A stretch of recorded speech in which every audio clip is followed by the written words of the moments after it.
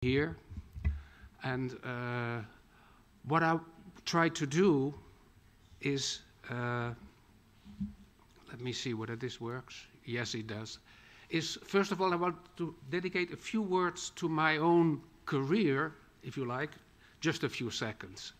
I've been staff member at the Center for Science and Technology Studies at Leiden University for almost 30 years or so. And in the last years, I was also a full professor of research assessment methodologies at Leiden University. Then I went to Elsevier. There I had 2 positions and very interesting experiences I made. But probably as from the summer of this year, I will do a step backwards and go back to the academy and try to reflect a little bit further and do some more research on the issues we are going to discuss right now. I want to discuss at least 3 main issues. The first is about metrics.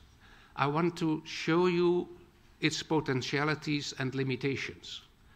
It means that I will be quite critical now about metrics because there are a lot of problems, limitations involved in the actual use of metrics.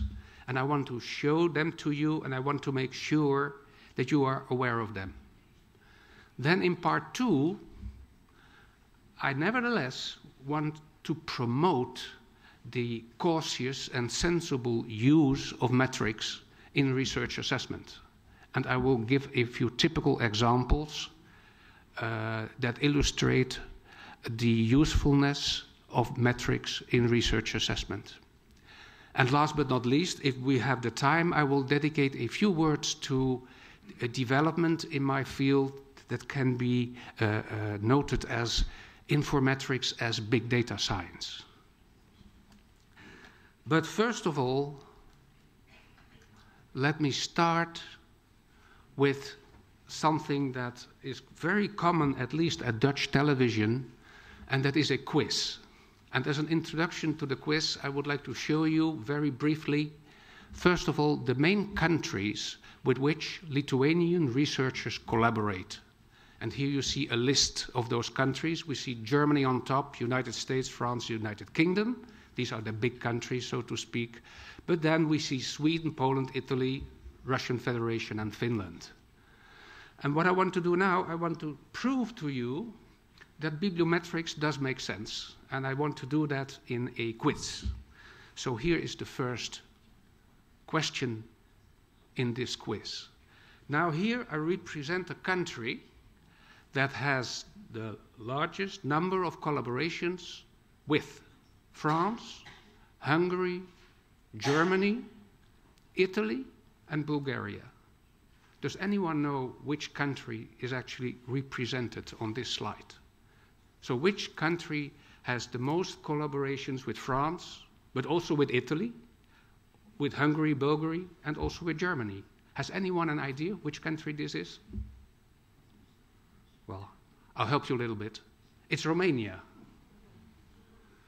Okay, this was just a start. Now here comes the next question. This may be a little bit more difficult, but maybe it's easier for those who are familiar with the region. Here I have a country that has the largest number of collaborations with Argentina, but also with Portugal, with Chile, and the USA. Brazil, thank you very much. So this is 1 out of 2 already. This is great. Now here, this is especially for those who have some familiarity with Asia. Here I have a country that collaborates with Thailand, also with India, with Singapore, with Iran, and with the UK. Which country can this be? Malaysia. It's Malaysia. Thank you very much. This is 2 out of 3. Huh? We're on the right track, really. Last but not least, I have here a country that collaborates with UK, China, USA, Nigeria, Australia, and all of a sudden also Netherlands. Has anyone an idea which country this is? No, it is South Africa. We do have colonial ties, as you may know, in the Netherlands, and this probably is reflected in these data. Well, and I hope to have convinced you that bibliometrics does make sense. I mean, profiles that are generated on the basis of numbers do have a very plausible interpretation. I have a last question, and then I will stop the quiz. This slide gives a breakdown of the articles published by Lithuanian researchers in the various disciplines. So we see physics and astronomy on top. The analysis is based on Scopus. We see, for instance, that 14% or so of articles published from Lithuania are in the field of physics and astronomy, and less than 14% of engineering, and then we see material science. Now, I'm not claiming that this actually reflects the quality of the research in this country among disciplines. That's not it. My question relates to the following. You can see that this country has a particular profile with a very strong emphasis on the sciences, astronomy, engineering, and material science. Now the question is basically this.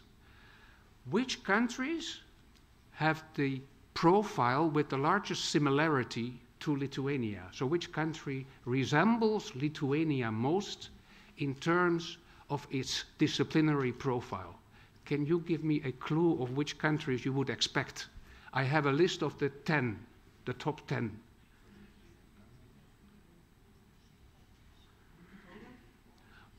Pardon?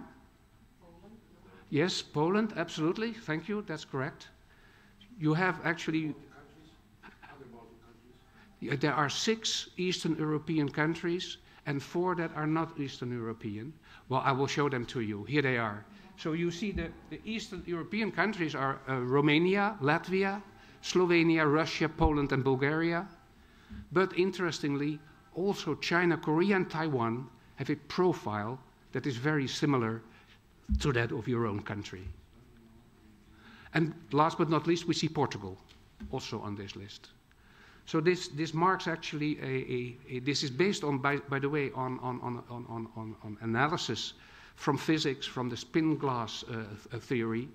So the degree of overlap is calculated among the various countries. This is a way to analyze the way in which the research in a country is organized. So this was the quiz. Now I really stop with the quiz. And I want to start even now with the main takeaways. What I would like you to be aware of is, first of all, this, that whatever you do with metrics, data accuracy is absolutely crucial. It's very important, if you work at the level of authors or departments, that you use data that are verified by the authors themselves or by his or her representatives. One of the key solutions is to combine metrics and expert knowledge, and I will give few examples later. Impact factors, journal impact factors, are by in no means substitutes of actual impact, and I will talk about that later too. Use multiple indicators, never rely on one single indicator. Take into account the pros and the cons of each indicator. That's also absolutely crucial. I will demonstrate that in this lecture. Take into account researchers' career phase. I can tell you now already, we have a certain practice now of calculating the so-called age index.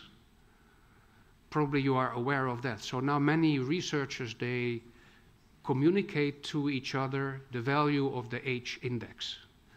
But the age index can be high only for senior researchers, because the value of the age index can never be higher than the number of articles that you have published.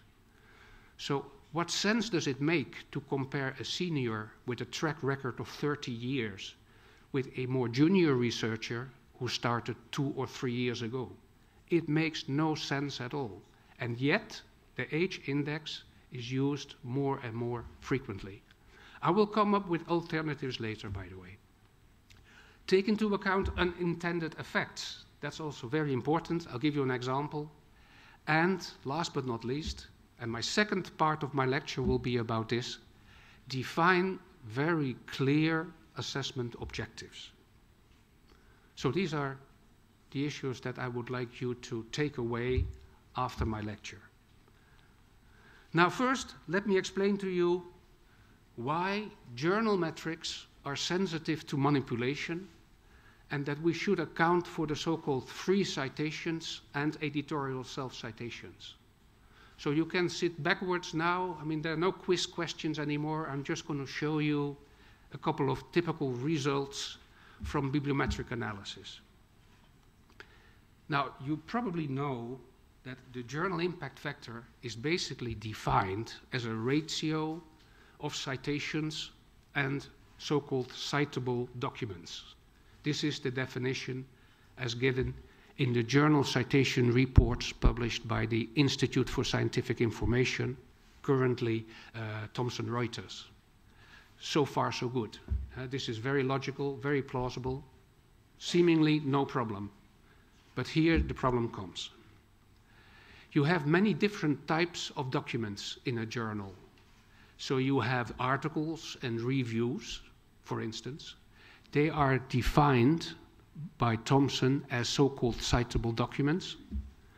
But you also have letters, editorials, discussion papers, forum contributions. They are defined as non-citable items. However, now let me show you an example of a calculation of the journal impact factor. So in the numerator, I have the number of citations, and in the denominator, I have the documents.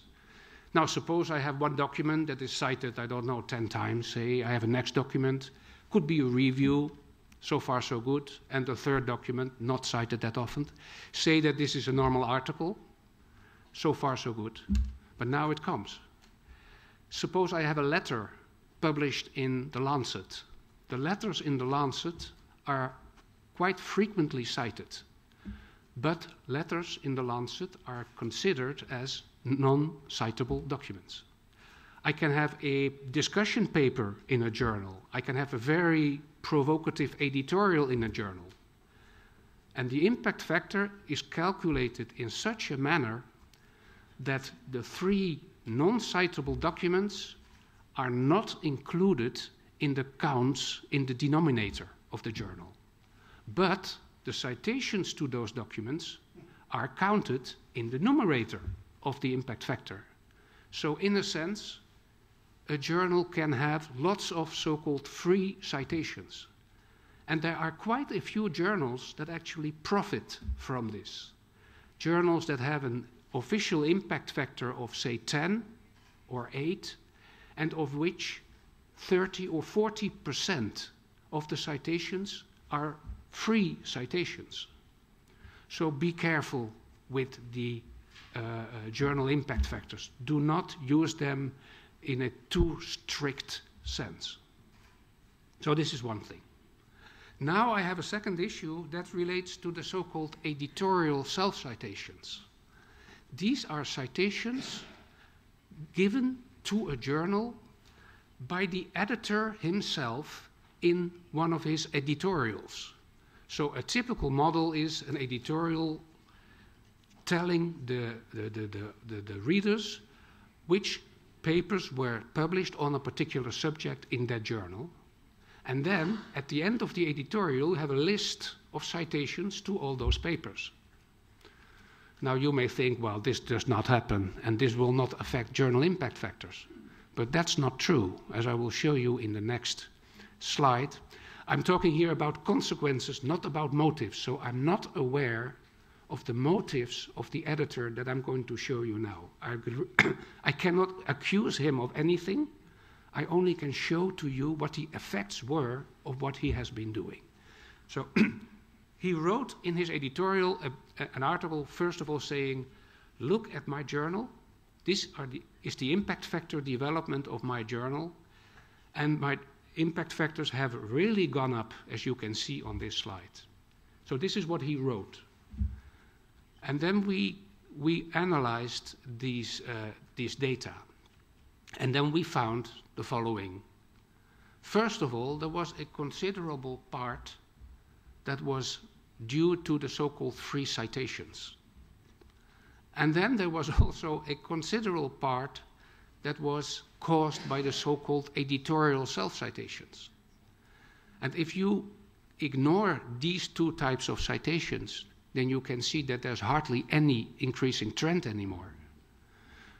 So the conclusion is that it is possible, at least, to raise the impact factor of your journal considerably by publishing the right types of articles and by publishing editorials in which you cite your own journal. And again, I think we discovered 80 or so journals that had serious advantage of this type of practice. I must warn all the publishers in the room now, we can detect this type of behavior. There's more and more artificial intelligence that can analyze citation data and that can also identify this type of cases. Actually, this is what I have been doing. But the lesson for us is mainly that we should take into account that it is true that indicators at this level are sensitive to manipulation, and we have to be aware of it all the time. Next issue. I have to speed up a little bit now, but this is also an important point. It relates to the database coverage of the large citation indexes. I don't want to discuss now differences between Scopus or Web of Science or Google Scholar. I only want to talk a little bit about the coverage of a journal-based citation index in general. So as a model, you can think of the Web of Science or Scopus, whatever.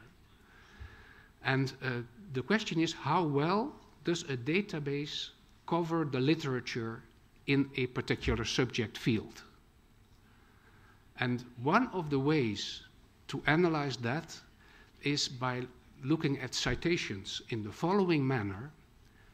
So the dark blue circle indicates the articles in journals that are processed or indexed for the citation index.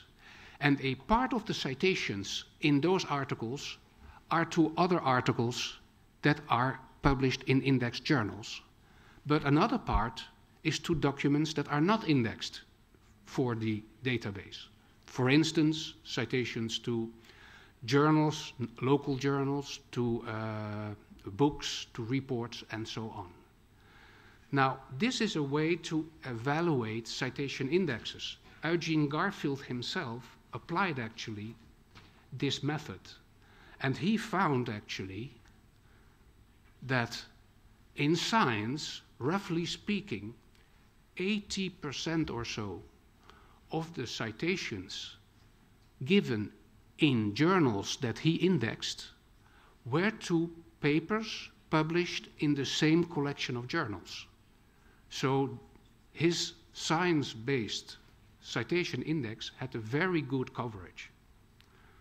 But now, as regards to humanities, the picture is exactly the reverse.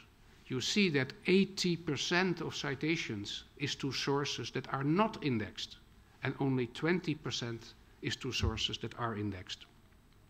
And you can classify subject fields in the following manner. At the left-hand side, you see the fields that are very well covered, biochemistry, molecular biology, and so on. On the right-hand side, you see fields that are not so well covered.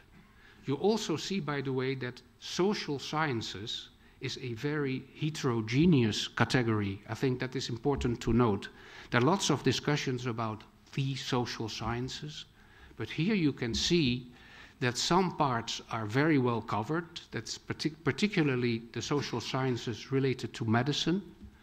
Also, the economics and psychology subject fields are quite good covered.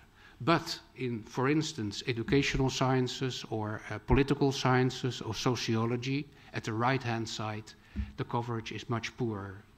So another lesson could be, do not speak so easily about the social sciences or the humanities, because they are very heterogeneous.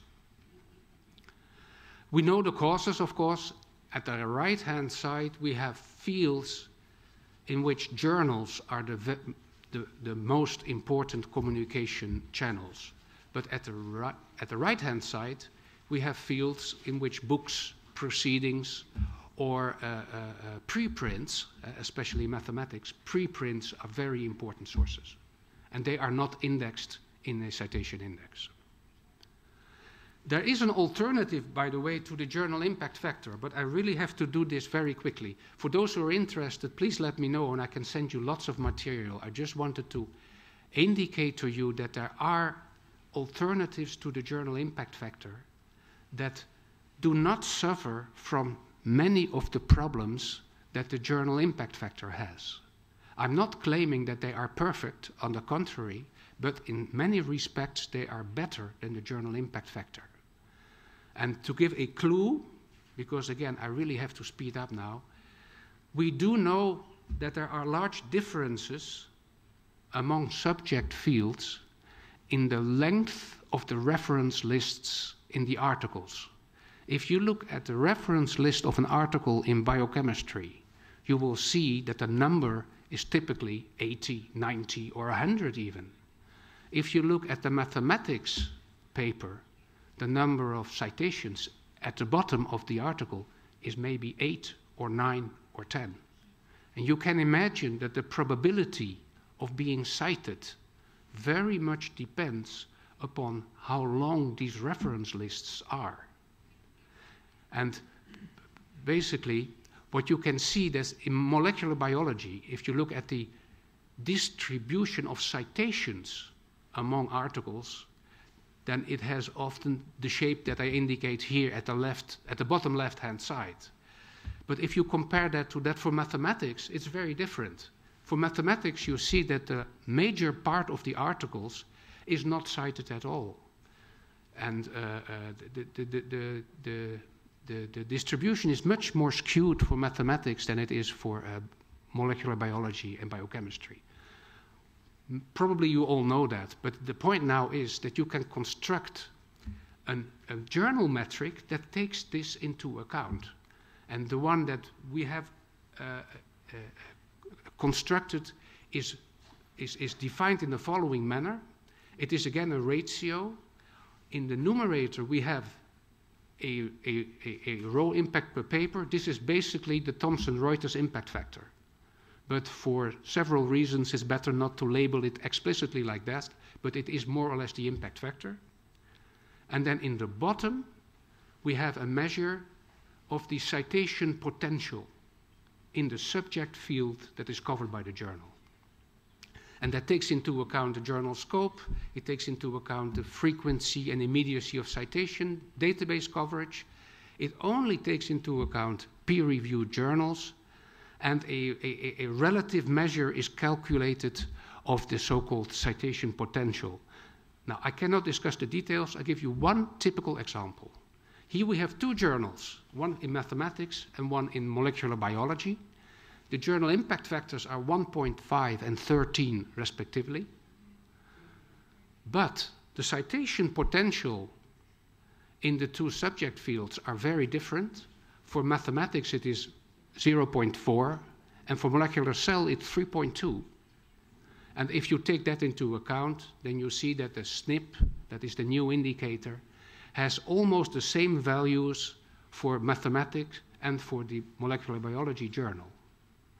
Again, I cannot explain the details, but I hope you see that there are indicators that differ from the journal impact factor and that take into account a few of the shortcomings of this impact factor.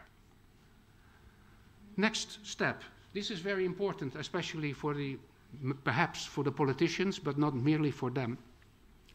There is a tendency to demand social relevance, social merit, or social benefit of research.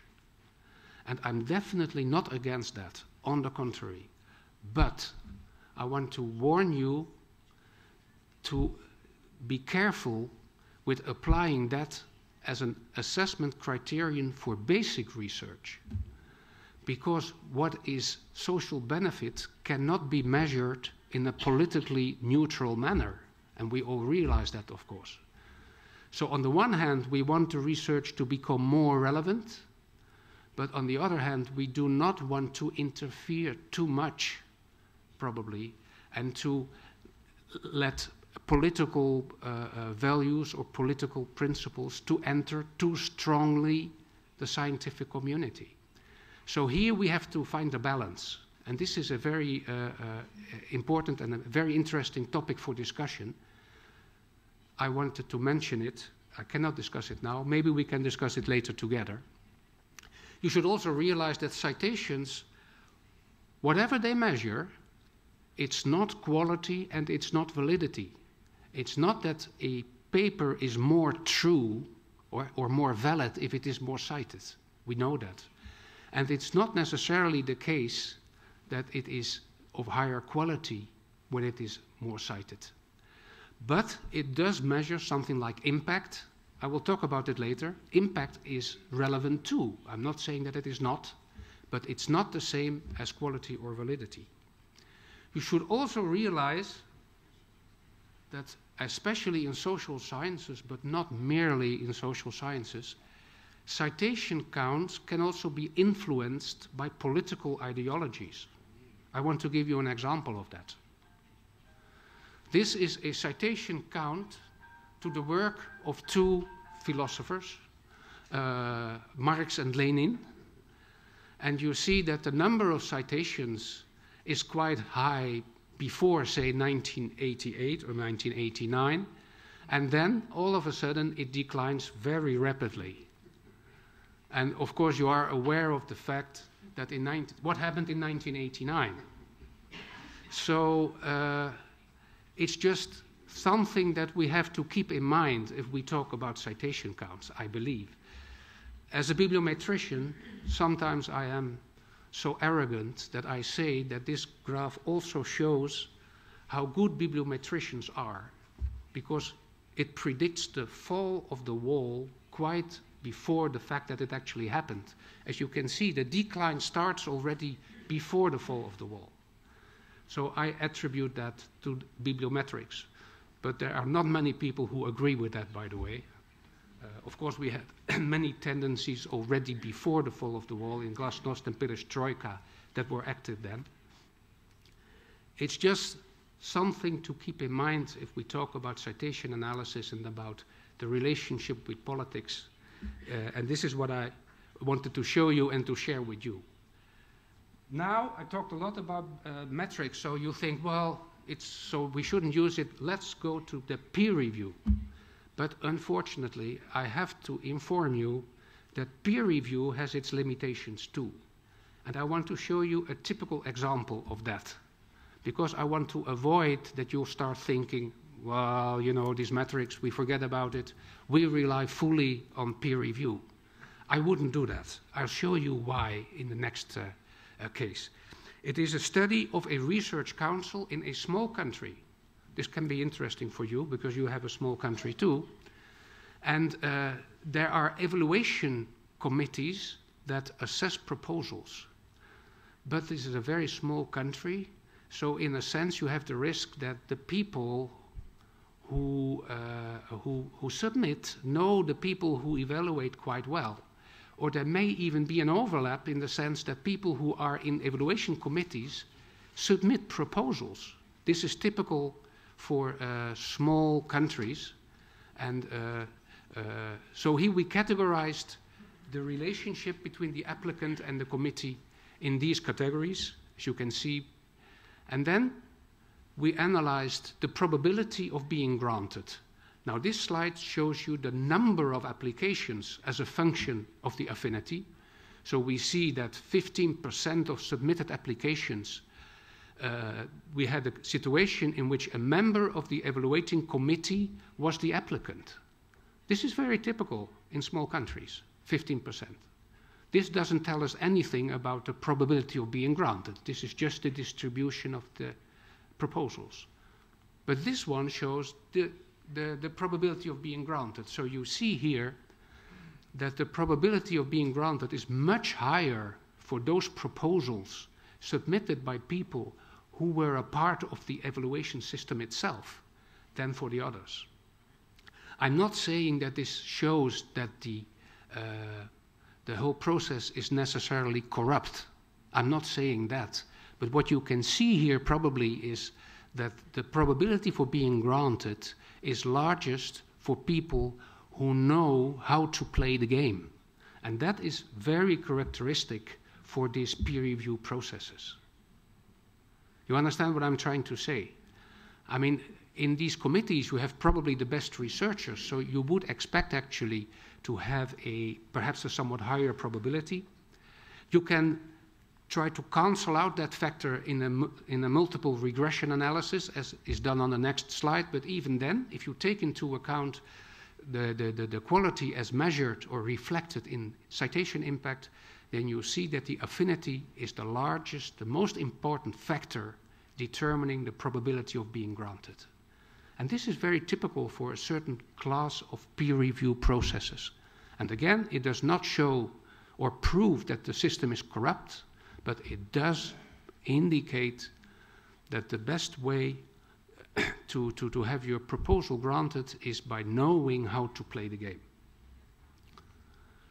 So the future of the bibliometrics, and I think, lies in the intelligent combination between metrics and peer review. This is probably the best base principle for the whole application of metrics in research assessment.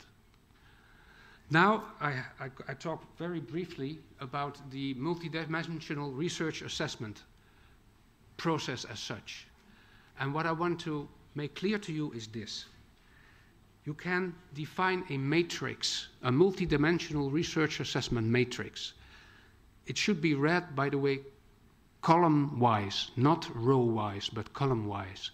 And you see, of course, that you have many different types of unit of assessment, purposes, output dimensions, indicators, other indicators, and so on. The key issue, the key point I want to make is that the choice of the indicators very much depends upon A, what unit am I assessing? B, which aspect do I want to assess? 3, why is this assessment done anyway? What is the main objective of the whole assessment process? And 4th, on some, say, meta-assumptions on the state of the system under assessment. And I will explain that in 1 or 2 examples now.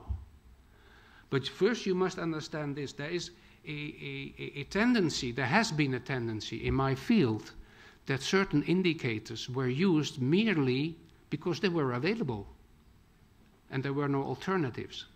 What I want to underline is that we should think the other way around. We should think, what is it that we want to assess? Why do we want to assess it? What are our objectives? What are we assessing? And from that, it follows which indicators can be used and which indicators should not be used. So a more, say, a deductive approach, a more deductive consideration in the process of designing a research assessment exercise. Now let me give you a few cases, not 4 because I don't have the time for that, but first of all this. Suppose that you are the vice director or director of a research university. And you have, of course, all kinds of vacancies, and people submit proposals, and they apply for jobs and so on. And you have to select the best researchers.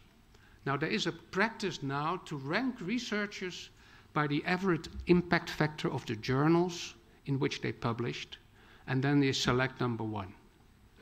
I think that this type of use is not defensible. And why not? Because if we have a research university, we can assume safely that those who apply for a job, they all have reached a certain status. So you have the process of self-selection. And so we will have a pool of researchers with a reasonably good track record. Now, in that set of researchers, it does not make much sense discriminating on the basis of the impact factors of the journals in which they have published. And this is actually what is being so strongly criticized in movements like the DORA initiative in the US, that is very much against the use of impact factors in research assessment. And I agree to the extent that if we have a set of researchers with a good performance, then it does not make any sense to discriminate among them on the basis of these journals' impact factors. But let me give another example. I have to speed up a little bit, so I skip a few cases. Now, this is very, very important. Suppose that you are a minister and you want to improve the functioning of the research system in your country. And suppose that this meta-analysis has shown that there are many professors that are legally bound to do research, but there is strong evidence that they don't do that. This is not because they are necessarily bad. They probably don't have the time for it. They probably do very good teaching. So I'm not claiming here that those professors who do not do so much research are necessarily bad. They can be excellent teachers or do other activities. Now I'm focusing on whether or not they do research. Okay, suppose that you found out there are many who don't do research at all. Then you want to improve the system. So then you want the system to assume, to appoint in the vacancies that arise, the best researchers. But who is in the selection committee? That are normally the professors who do not have any experience in research. This is what you as a minister probably do not want at all, or as a university manager. You want to be sure that in those committees in which selections are made of candidates for research positions, you have only people who are knowledgeable about research. Now, in this case, I think it's completely fair to select only professors that have at least a minimum research output during the past 5 or 6 years or so. I don't know if anyone recognizes this case. It is very much debated in Italy. This is basically the Italian problem. They have lots of talents in Italy, very creative people. The system is full, and it is very conservative, and the vacancies are filled by the friends, so to speak, of those who have no experience in research at all. So then, I'm very much against the algorithmic use of indicators in research assessment. But as such, we have to be very cautious, but there are cases. It very much depends upon the objectives that you have in which it is fair to apply these bibliometric criteria. There's another thing that I can mention. I don't know exactly how much time I have. I have still a few minutes. Pardon? 15 minutes. Oh, 15. Oh, thank you. Now then I show case 2 as well. I'll show you case 2. That's also interesting. Those who are familiar with all these cases, well, a quiz question could be, which country is represented here? Well, what I indicate here is very much debated in Spain. What was the problem in Spain? The problem was that Spain is a big country. So you have a considerable market for a national publishing industry. So you have lots of Spanish journals. In small countries, we don't have that. So in Sweden or in Denmark or so, the Netherlands, there's no market. So we have no journals. We have only very few, we discuss that later probably, very few journals. But in Spain, it has 60, 70, 80 million people, I don't know how many. There's a market for it, so there are many Spanish journals. That's one thing. There was not much integration between the Spanish research on the one hand and the international research community on the other. And then there came a minister, and he said, I want this to change. So I want the researchers in the Spanish system to be more oriented towards international networks and more exposing their work to the judgment of international peer groups. Because you know, or you don't know, but in local environments, if you know, for instance, the editors of a journal very well, then perhaps it's not that difficult to publish a paper in a journal.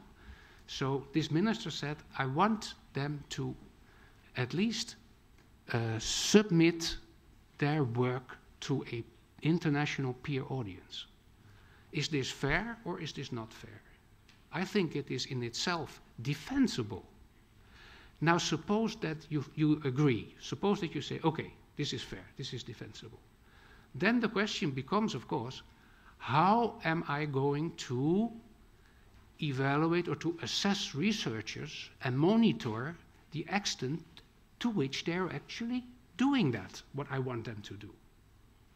And at that moment, it was proposed to use journal impact factors or alternatives. There is an alternative, especially in Spain, there is the so-called SJR, Simago Journal Rank, which is better than the journal impact factor. My point is that from this point of view, I think it is defensible to use journal metrics for the assessment of research, at least during a relatively short time period.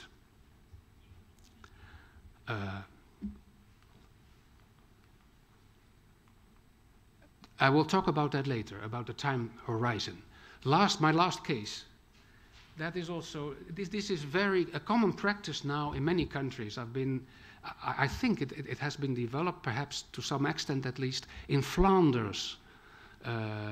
But it is also, of course, very prominent in the UK. I was in Israel, that's the same situation. We will implement it in the Netherlands. That's basically this, the domain of politics wants to stimulate research performance and also research assessment. We can debate that, whether that's a fair or an unfair political principle. One of the ways of doing it is, of course, to let your funding depend upon performance criteria. In many countries, the funding for research was directly related to the number of students. So there was no research performance criterion in the allocation of research funds to institutions. And that has changed now in many national systems. So now you have the situation in which institutions are compared one to another on the basis of performance criteria, including metrics. Number of articles, field normalized citation rates, and so on. And those metrics are used as funding parameters that distributes at least a part of the research funds among institutions. What they basically do is this. They take away the money, a certain amount of base funding from the universities, say 20%, and that 20% is redistributed among universities on the basis of performance criteria that are applied in the following manner. You have a formula, you have parameters, and one of the parameters is formed by the metrics. Now, this is now a reasonably common practice. You should realize that this does not mean that the system assesses individual researchers. That's not at stake here. It is an analysis at the overall level of an institution as a whole, or perhaps of a discipline within an institution, as it is in the UK. There, the categorization into research fields is very important. So this is I think, defensible. It's a common practice. Many people say this is probably the best way to do it, although it's far from perfect. But it is also, it seems to be, and I want to defend the use of metrics in this context. It's open to discussion, of course, but this is what I want to defend. Now the wider issues. In many debates I have attended about research assessment exercises, I noted that there was always this tacit assumption that the system that was being designed would be effective until eternity, something like that, or for many, many years. Well, that is not good. What you should do is to have a shorter horizon. If you link your system to the objectives that you have, you will realize that those objectives may change. Actually, in Spain, they realize now that this policy of stimulating international integration by looking at journal impact has been sufficiently successful, and now they want to abandon that system and they want to apply other types of metrics and focus on other types of assessment criteria. You can imagine that this is also due, of course, to the fact that there was some kind of a practice of strategic behavior, of course.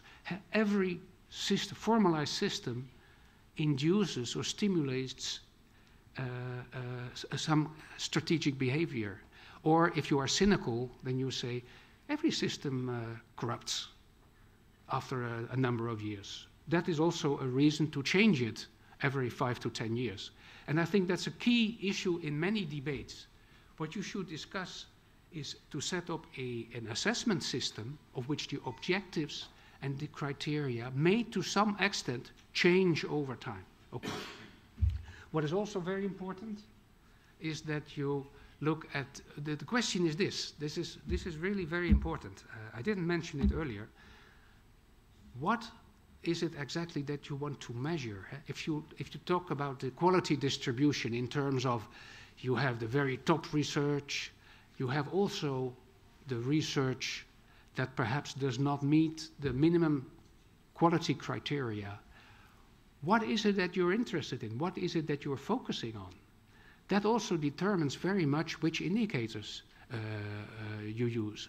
For instance, if you want to assess whether or not a group of individuals is research active or not, then you should probably look at the number of publications that were made. But if you assess in a group of, say, research active people who all publish, and you want to have the best person for a certain task, then it doesn't make sense to look at publication counts, because one may have on average 4.1 and another may have 3.7 or 2.9. At that level, these numbers are not significant at all anymore. Another question is, that I cannot answer, by the way, is what is an acceptable error rate? I mean, there are no perfect systems. The peer review system has many biases. The metric system has its problems too. So what is the acceptable error rate? I can't say that I'm capable of answering that question, but I do believe that it is relevant. It is something that we have to discuss as well.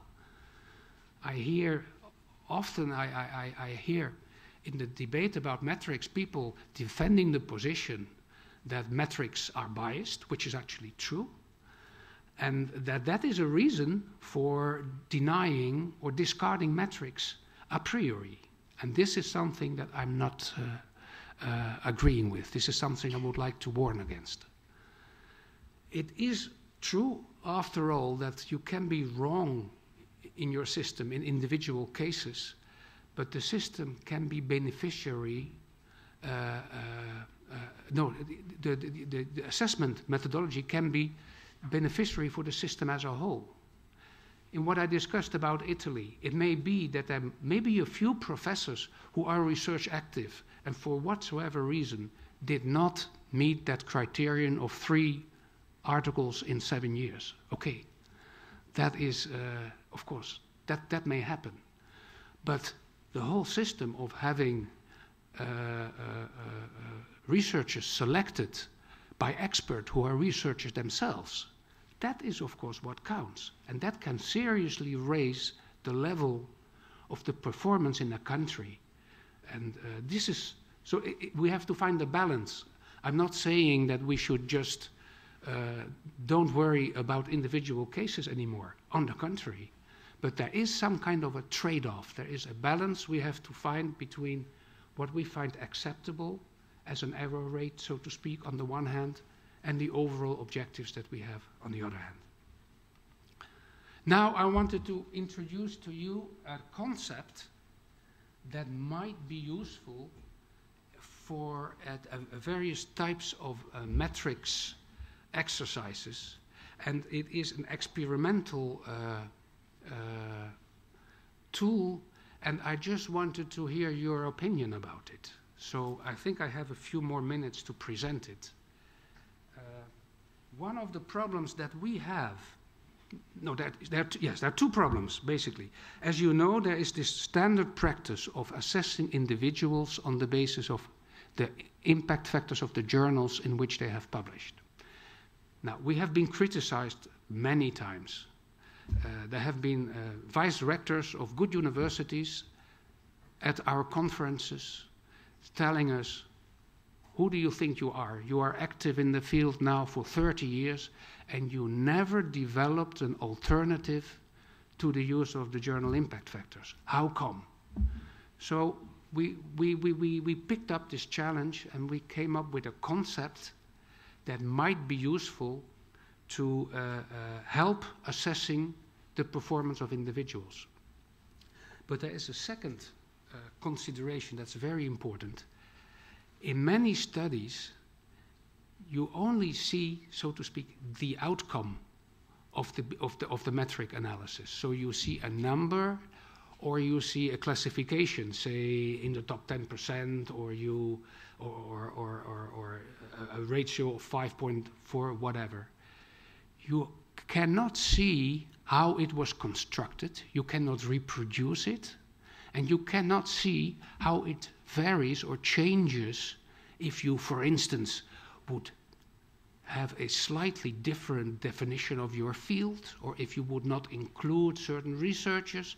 So the whole notion of grasping the sensitivity, the statistical sensitivity of a metric, that is something that we try to build in, or to enable a user to achieve in the tool that I'm going to describe now. It should be a tool that is maybe available in a very large citation index, and as you know, I am active I'm still an advisor at Elsevier, so the Elsevier product would be very, very appropriate. Scopus is actually what I had in mind. So but I want to hear your view, because maybe it's not good at all. So the first step would be that you talk about a self-assessment tool. This is how I would promote it. And the first step is that you are capable of selecting a set of publications of yourself or of the researcher that you want to assess. So that the tool must make that possible on the fly. That is online. And that's step one. Well, so far so good. Then, what are we going to do next? We are going to define, we're going to look at your papers. And then we are going to define a set of articles that are similar to the papers that you have published. Why are we doing that? Because we want to define your subject field. And we do that first at the level of articles. Then we identify the authors of these articles. So now I know who are publishing articles that are similar in content to the articles that you are publishing. Next step. Then I select from that set the authors that are most similar in terms of subject field, but also, and that is crucial, in terms of the phase of the academic career. And an academic career can be measured, at least approximately, by looking at the first year in which a researcher starts publishing. And the objective is, of course, that you compare juniors with juniors and seniors with seniors. It does not make sense to compare seniors with juniors. So then now we have a set of authors who are doing work that is similar to what you are doing and who have the same academic phase, who are in the same academic phase of their career. And then last but not least, we calculate simple quartile-based indicators. They could like this. I don't know whether you can see this, but here we have for one particular person results for 3 different indicators. And what do we have? So we have the number, for instance, the number of articles that the person has published, and then we have the quartile, in which 4 is top and 1 is bottom. And at the right-hand side, you see the statistics of the distribution of the authors in the benchmark set. So here you see the number of publications on average made by the authors who are similar to the work that you are doing, and they are similar in terms of seniority. And so this enables you to position yourself into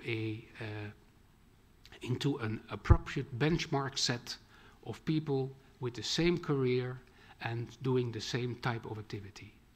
And this is something we would like to explore a little bit further. In the ideal case, what I want to implement is this, enable the user to get this feeling of the sensitivity, the statistical sensitivity of the metrics. You should be able to define perhaps your own benchmark set. There is this idea of perhaps of metrics that are generated by a method that is, say, the final method presenting the absolute truth about the performance of an individual. I don't believe in that. What we would need are tools that also show the relativity, so to speak, of the metrics and show how the outcomes depend upon the way in which the analysis is conducted. That has always been missing during the past 30 years, also because it was technically not possible to realize that. But now we have big data, we have big computers, we can do all kinds of things on the fly. So that perhaps would enable us to come up with a tool, flexible tool, that allows you to position yourself in your own benchmark group. And this is something that I'm trying to promote now, and I would be very much interested in hearing your hopefully critical comments about this approach. The critical, the better, of course, because it is really important that I get more feeling of whether the researchers in the field would think this is a useful application. Last but not least, and this is really the very last slide, I just want to show you, this is the last slide, really, a little bit in one slide that bibliometrics is much more, of course, than journal impact factors or than say, a big citation indexes. But because there is a tendency now to create and especially to link big data sets one with another and to do analysis in the combined database. So we combine journal, article, and citation data, for instance, with usage data, that is data on the number of times articles are downloaded in full text format. Or, I'm doing myself a lot of work on that, by the way. Or we want to link journal articles with patents. This is from the point of view of assessing the technological and economic value of especially applied research, not in all fields, but in a number of especially fields with a strong science base. Patents are very interesting, and patents are publications too. So linking articles and publications is very interesting. Then, of course, we have full texts. this is something I expect a lot from, and I had a discussion about this just this morning. What we have done now, we just count citations. This is also because when Garfield started it, the only thing we could do was count citations. But now what do we have? We have full texts. So we can also analyze the context in which the citation was made. So we can analyze what does the citing article or the citing author tell us about the paper that is cited. And there are many reasons why this can be an interesting information source. Then we have, of course, conference proceedings. We have also academic library catalogs. I did not mention all the efforts that are being made now to include books and to assess books. There are huge catalogs of books. We have the ISBN books, we have the WorldCat, which is very biased, by the way, but more and more libraries put their catalogs online.